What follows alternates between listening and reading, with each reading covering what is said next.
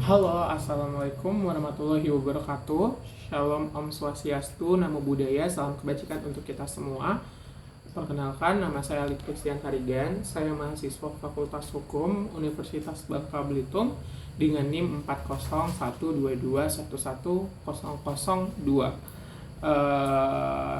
Saya menempuh semester 5 dan saat ini sedang mengerjakan tugas dari Pak Sintong Aryan Hutapea yang mengampu mata kuliah hukum humaniter, di mana tugasnya adalah menjelaskan terkait pelanggaran HAM berat serta dikirim kasus dan diberikan ataupun ditugaskan untuk menganalisis kasus tersebut.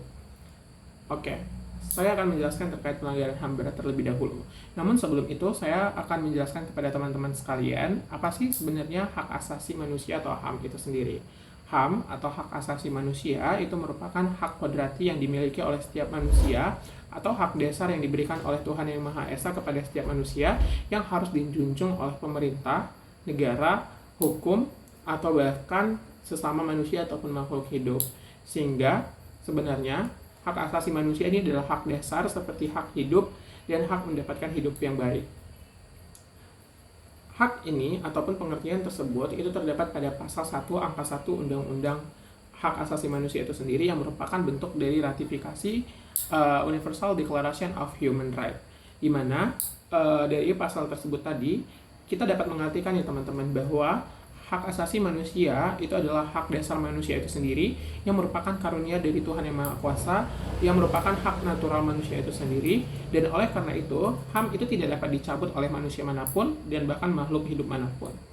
Bahkan dalam undang-undang HAM itu sendiri itu dapat dikategorikan beberapa hal seperti pelanggaran HAM biasa dan pelanggaran HAM berat.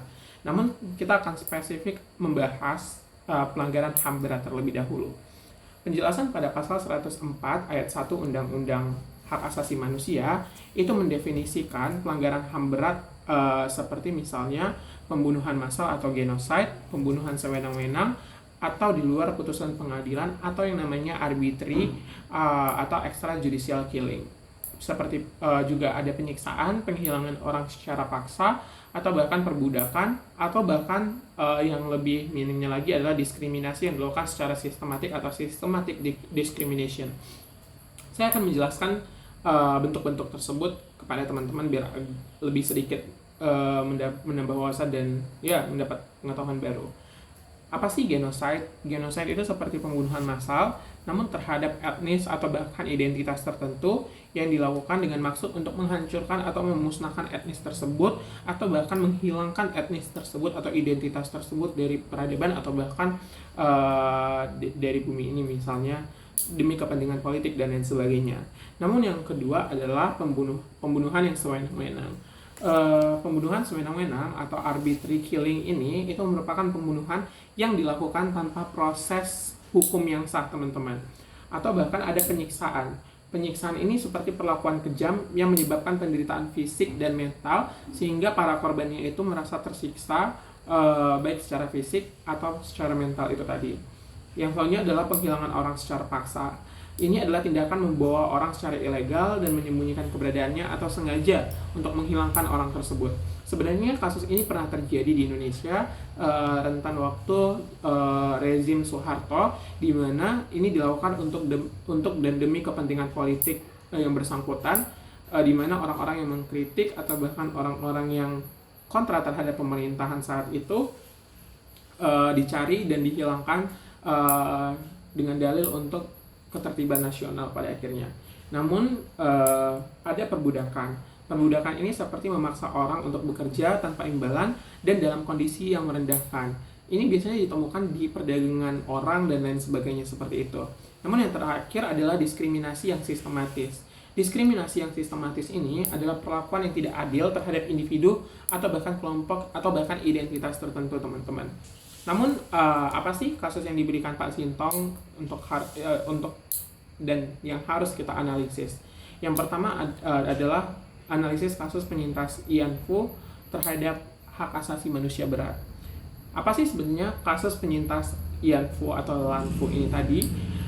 sebenarnya kasus ini adalah sesuatu yang merujuk pada korban atau sistem perbudakan seksual oleh militer Jepang rentan waktu Perang Dunia Kedua, yang merupakan contoh penting dalam kajian pelanggaran hak asasi manusia secara berat.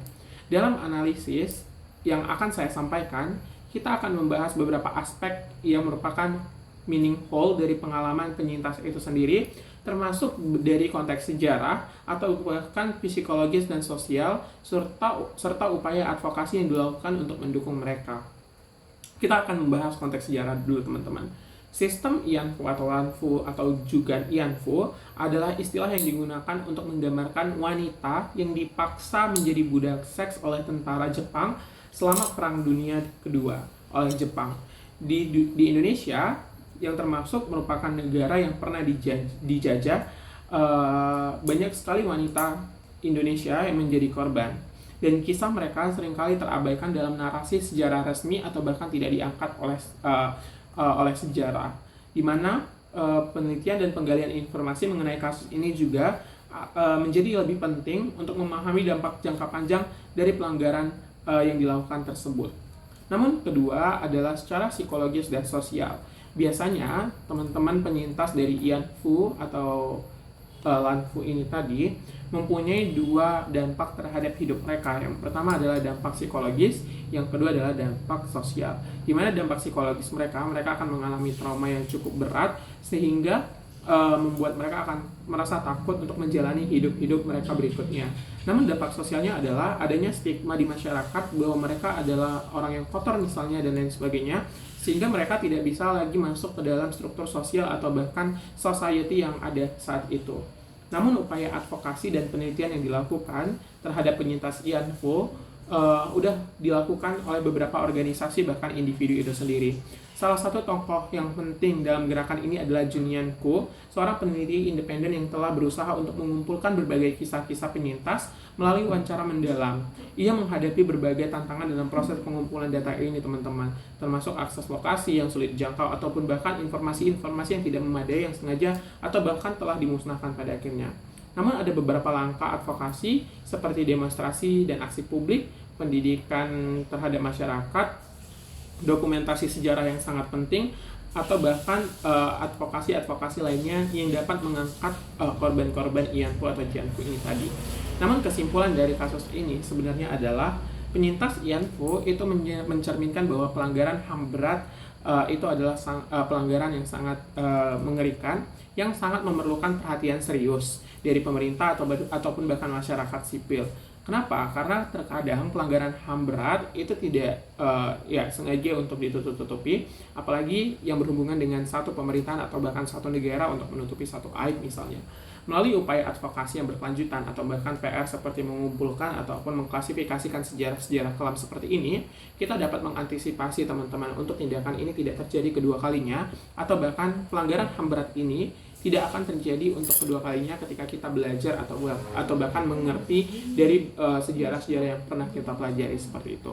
Maka dari itu untuk pelanggaran HAM berat saya rasa cukup. Terima kasih, sampai jumpa di tugas berikutnya. Bye bye.